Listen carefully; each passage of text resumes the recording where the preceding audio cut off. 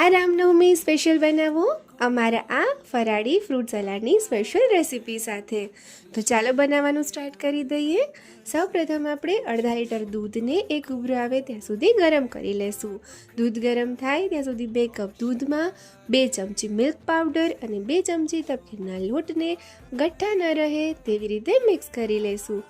દૂધમાં ઉભરો આવી જાય એટલે તેમાં 1/4 કપ ખાંડ, 2 ચમચી મિલ્ક મેડ, આપણે જે હમણાં દૂધનું મિશ્રણ બનાવ્યું તે, 2 ચમચી કેસરવાળું દૂધ, 1 ચમચી એલચી પાવડર ઉમેરી દૂધનો એક ઉભરો લઈ લઈશું.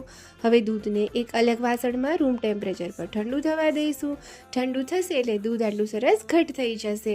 હવે તેમાં આપણા મનગમતા ફ્રૂટ્સ ઉમેરી દઈશું. અહીંયા મેં ચીકુ, સફરજન, કેળા, દાડમ અને દ્રાક્ષનો ઉપયોગ કરેલો છે. હવે તેમાં મિક્સ કરી અને આપણા મનગમતા ડ્રાયફ્રૂટ્સ ઉમેરી દઈશું. હવે આપણે આ મિશ્રણને ફ્રીઝમાં 2 થી 3 કલાક માટે ઠંડુ થવા માટે મૂકી દઈશું.